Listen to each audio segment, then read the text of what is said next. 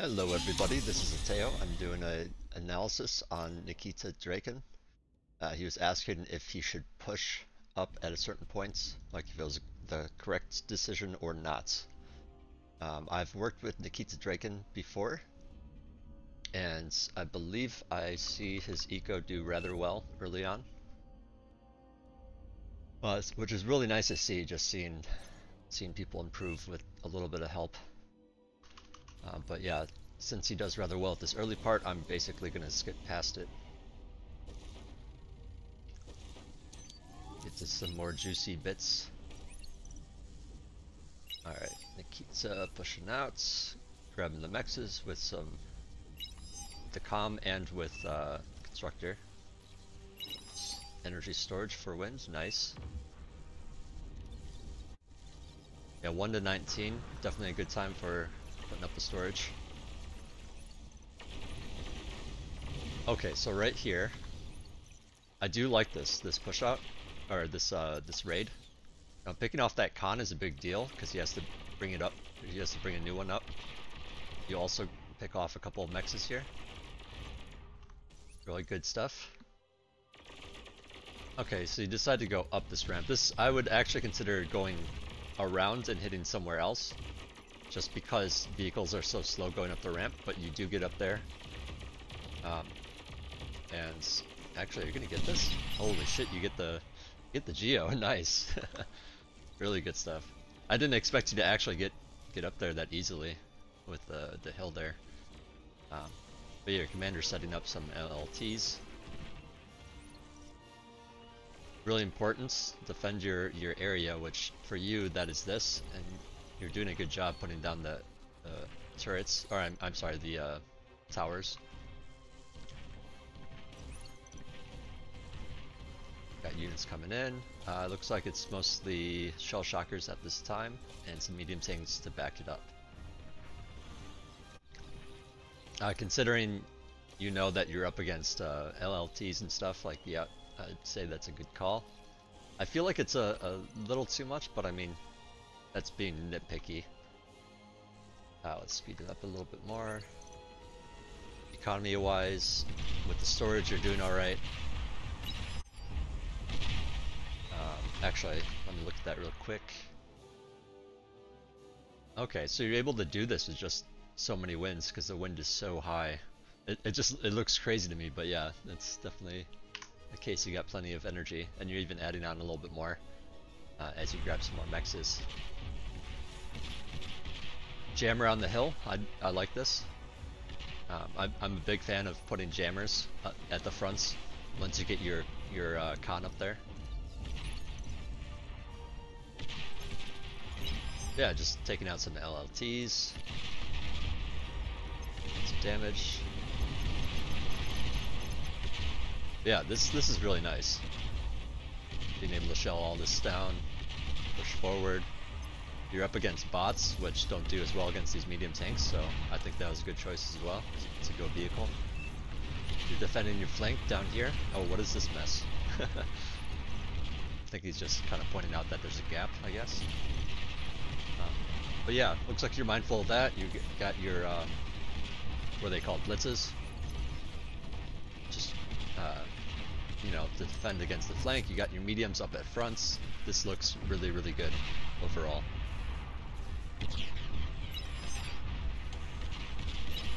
Shell Shocker's doing some more damage.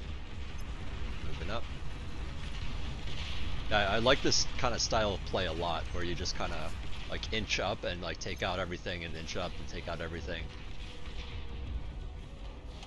Centurion's defending the hill.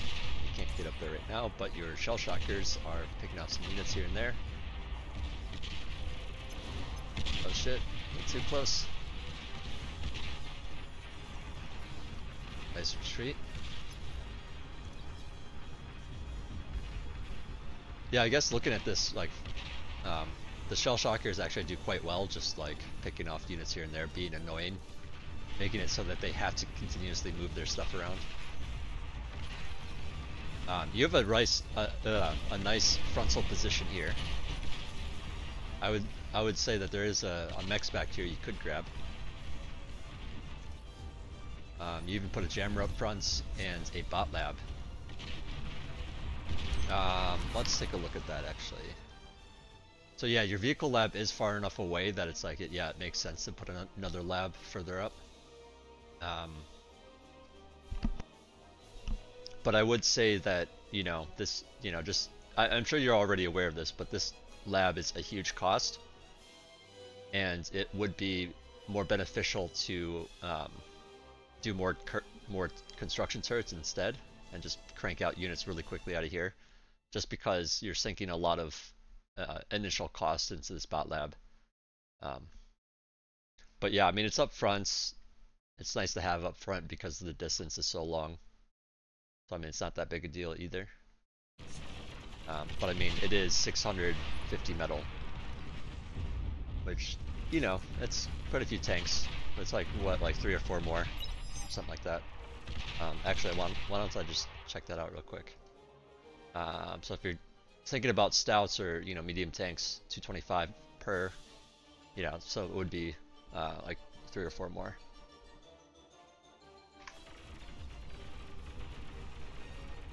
But yeah, it's nice to have the bot lab too, just for the res bots.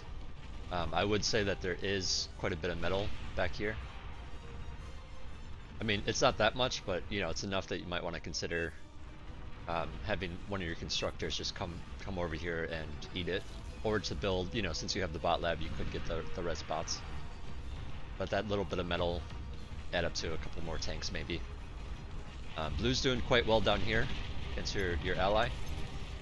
So at this point, you know, since you know, brown isn't doing quite as well, your bottom player isn't doing quite as well, I would consider maybe adding on a little bit more defense at your actual base, or sending units down there to help out and try to avoid him getting destroyed like this.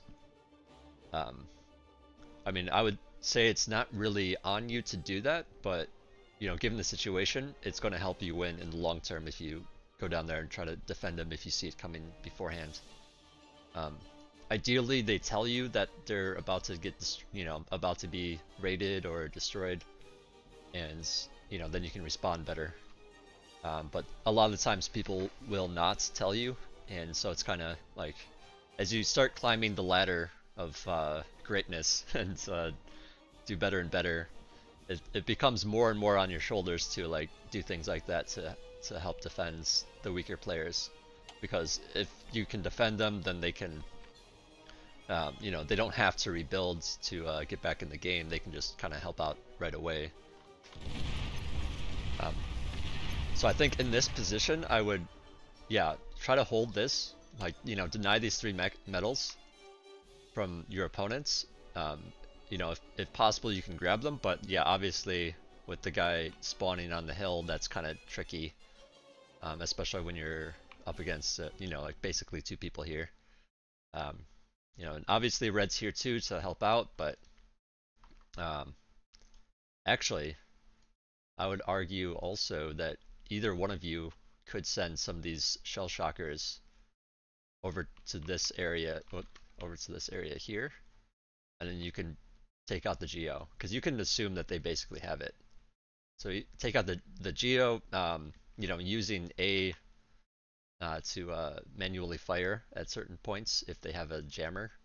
Let's see, what do you actually see? Okay, so you don't, yeah, you can't really see up there because it's on a hill. And you know that there's units here on the hill, so you can't really run up there to see anything. But yeah, I think this is the same, yeah, this should be the same hill that you ran up earlier. So you do know that a player has spawned there. But yeah, just kind of shelling the area would be nice. But yeah, if you shell the area here, or, you know, park some guys here, shell this whole area, and then just kind of start setting up either defenses or having units on this bottom side to help out with that, I think would be ideal in this particular situation. But yeah, your shell shockers are just being annoying up here, attacking green.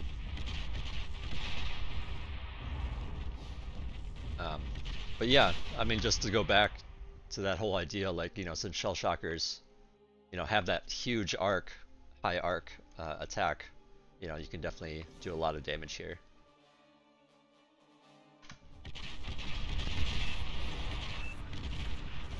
Yeah, so this becomes unfortunate that blue just runs in the back here and deals a lot of damage to you, potentially. Because yeah, this is all your eco, this is your vehicle lab, it's quite a bit. And just having the metal is really nice, obviously, too. Red goes to respawn? No? Yes? Yes. Okay. So red respawns, salmon respawns. Unfortunately, your base is completely destroyed. But since you have the bot lab, I would recommend building some res bots, because in a raid like this with medium tanks, there's oftentimes a lot of building wrecks. And so you can resurrect your vehicle lab, you can resurrect some of these medium tanks if you want, the constructor, and the storage. Obviously the wins are all toast, but you can just rebuild those. But let's see what you actually end up doing here. Yeah, so you get up to this area, clean it up a bit. Again, it would have been a little bit more efficient to do it with the shell shockers, but destroying that player is still going to be nice. Let's see, red is dealing with stuff, so he doesn't have that much here. Yeah, so basically what red is doing is in a way what you could have done. Obviously he's using these fiends for it, which are really nice since they're faster. But yeah, just like, in the past you could have parked a couple of tanks or some turrets or something to defend against that, or even run down here to try to save brown. Because yeah, stuff like this happens actually quite often, and I think it's really important to be able to mitigate the damage as much as possible. So now is your time that you kind of need to rebuild, especially your energy. So your energy is basically zero. Like, you have no turbines, you have no solar, no advanced solar, no fusions. See, this raid is a good idea, but at the same time, you can expect to see T2 at this time, especially if you're able to push this far in. Like, basically, if you're able to like get this much ground and set up here, and it's like right where they're spawning, oftentimes it means that they did something that meant they were producing less units. And in this case, you destroy this player like no problem, but the other players around could be doing stuff as well, and T2 should definitely be on your minds around. 18 minutes is quite a while, so they should definitely have it. So while the raid is it's a reasonable choice, since your base got destroyed though, sorry, your base was over here. Since your base got destroyed, basically you kind of want stuff to defend with. So while it's nice to kind of poke with blitzes, it's going to make it harder to defend and do stuff with what you have. Because it's just, you're in a position now where it's easy to break you because you don't have the units to defend with.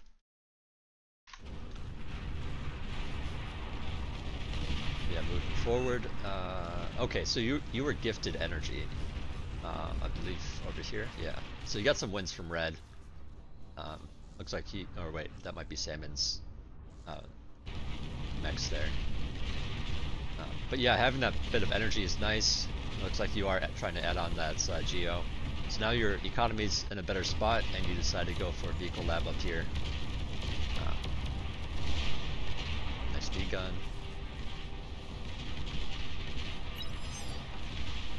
One of the things that you can do if you feel it necessary is, like, when you're in a, especially if it's the hill that's like in their base, this is especially when it's like in their territory, you can put down, like, I would suggest anyway, to put down like a wall. You just put a wall here, and then it makes it very hard for these guys to get up here. You could even put it down here to give you a little bit more breathing room. But the whole idea is just to prevent them from coming up here like this. Because this is a very challenging position for you now. And okay, so you cloak with the D-guns. But yeah, not enough. Yeah, so it becomes unfortunate for you because everyone kind of tried to gank you since you were so deep in their territory. Dark Pink's doing a good job of holding that side. Red's pushing in now. Yeah, that kind of hurts a bit, you know, since you just had to be able to hold out for a little bit longer and help was on the way. But stuff happens. I really like the play that you did overall. It's just a matter of, you know, trying to defend against that side here, or help your buddy defend a little bit. Because if you were able to prevent blue from killing brown, and prevent him from killing you, all of a sudden you would have been, or you and your allies would have been in a fantastic position. And while you guys are still doing well, it just could have been a stronger position even. So now you're just trying to rebuild with what you got. Yeah, this makes sense to get the lab first. Actually, you already have a lab, so you could. I feel like this lab should just be cranking out workers right now, workers and resbots. Like, there's a lot of metal. Like, all these stouts could have been resurrected. You know, especially since your Geo didn't die, you were able to have a bit of excess energy at this time. So being able to res all that stuff would be really nice. Yeah, it looks like your team probably closes this out, huh? Yep, that's another dead player. Purple also getting. Oh, that's a Aphis. Wind farms.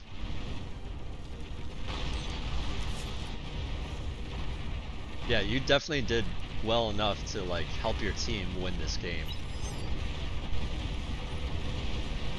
But yeah, those are the things I would say you could do a little bit better, or could have done to prevent your own demise. Let's see, is there anything else that I missed? Yeah, I mean, at this time I would even say, like, it'd be nice just to grab the metal, even if you are overflowing, just to basically give it to your teammates as you're overflowing. And if you ever feel like you should give it to one specific player, I would highly advise that as well, just so that it's not like a slow trickle for everybody, but instead like a nice big chunk of metal to be able to produce units with. But yeah, I mean, you could give it to yellow or dark pink or red. I mean, salmon's even producing a lot of units too. But yeah, I would advise trying to give it to a strong player. Not that they really need it, but you know. Let's see. You're now using your metal to get T2. So yeah, this all seems pretty reasonable.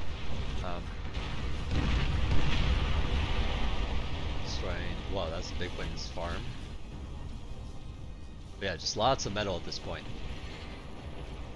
Actually, I should probably be. Oh, okay. So red came over here, and I assume red, or maybe you did, but the metal was eaten eventually. I was gonna take a look at how much metal it was, but I'm a bit late on that. And yeah, this just closes out. It looks like. But yeah. Nice game. Anyways, I hope that answers your question. If not, if there's anything more like a specific thing you want to ask, you know, feel free to ask it. I'll get back to you. And my apologies for being so late on doing this analysis. Just a lot of mentors are busy right now with the Mentor Gladiator events thing that we're doing this month. But yeah, hope it helps. GG's.